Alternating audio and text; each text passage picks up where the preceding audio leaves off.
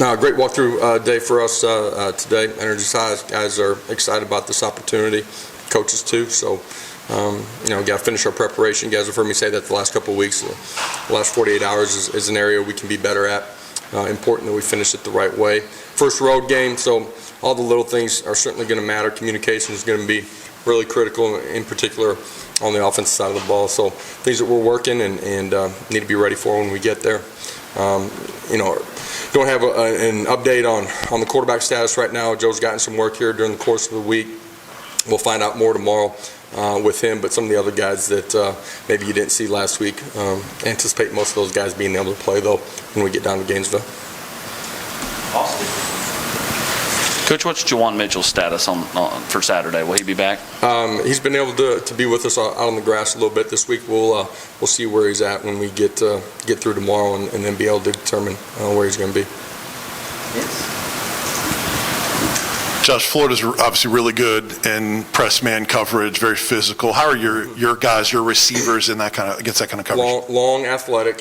You got to do a great job at the line of scrimmage. You got to be able to change up, your press releases on them. If you give them the same look every single time, they're going to get hands on you and be able to keep you locked on at the line of scrimmage. At the end of the day, because of what they're doing, you're going to have to make some one-on-one plays, and I think our guys are prepared for that, and we got to go execute at a really high level. Have you felt like your guys have done a good job against that coverage you've seen this year so far? Yeah, I feel like we have an opportunity to go compete and make plays and give those guys the tools to go win in some of those one-on-one situations. Coach, you guys spoke yesterday about Florida's option. What have you seen in terms of progression with that this week in your defense, and just how they're reacting to that? At the end of the day, it's different forms of it, whether it's power read, whether it's, speed option. You got to have a dive player, quarterback player, and if there's a pitch player involved in it, you better have somebody on the pitch too. It's going to force you to play responsibilities. It's going to force you to read and react to things the right way. And then you got to tackle extremely well in space. In particular, their running backs and their quarterbacks have the ability to make you miss or to run through a tackle. And you got to do a great job in space. Patrick and Rob. Coach, obviously you guys were preparing most of the offseason for Cooper to be your center. How has Jerome Dunn stepping in there with the tempo? Jerome's done a really good job. Communication-wise, been really pretty seamless in the transition from him going over to guard to center.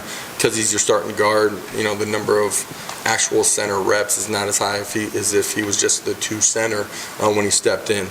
Pleased with a lot of what he's done. Anticipate Coop being back with us and Jerome being able to slide over.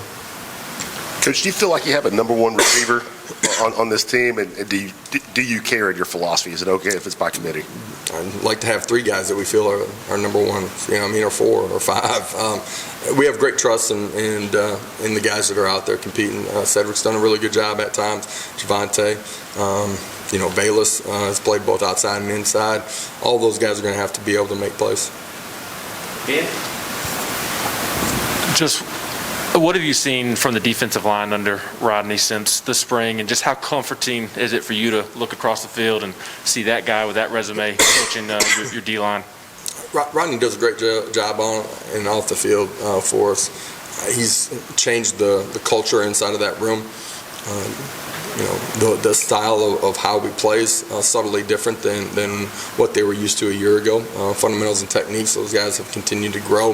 He's a great teacher, cares about his player, gets great investment and buy-in from him because he does care about him, and his resume speaks for itself. He's a great resource for all of us, but me in particular. His experience here in this league, on the field and in recruiting and off the field as well. Tim in the very back. Coach, it's been a while since these guys have went on the road in a really wild atmosphere. Obviously, the swamp is a pretty wild atmosphere. What have you done this week to kind of prepare those guys for that noise? You talk about the environment, but then you try to create and simulate the issues that it causes as far as communication, in particular on offense because of the crowd and then being in the football game at that time. And for us, we got to do a great job seeing, recognizing, communicating, and being clean as far as pre-snap penalties. So it's a big emphasis from us all week long. Yes. When you're not sure who the quarterback is going to be on the opponent and how they're going to use multiple quarterbacks, how much extra work does that add in preparation for a game when there's that uncertainty? I mean, if you're looking at them and their ability to play multiple guys, there's things that both of them, are comfortable with that they use schematically. I think each of them are going to be subtly different in the nuances of what they like in particular in the pass game. So if it's two contrasting styles, then you got to be ready for both of them. And in some ways you prepare not different call sheet, but primary calls for each of those guys. Anything else? Oh, we'll go with two more in the back. How important will it be to establish the run game? You guys didn't really get a good push up there against Tennessee Tech in the last one. It would be important that you stay out of third and longs in this football game. A part of that is absolutely being extremely efficient in the run game. Part of it's being efficient in your throw game, too, to stay out of those long yardage situations. Josh, has there been any thought into playing more than one quarterback in a game? No, right now we're not leaning that way. Jimmy. Josh, what do you think has made you so good against the run this season and the challenges that Florida presents with this running game?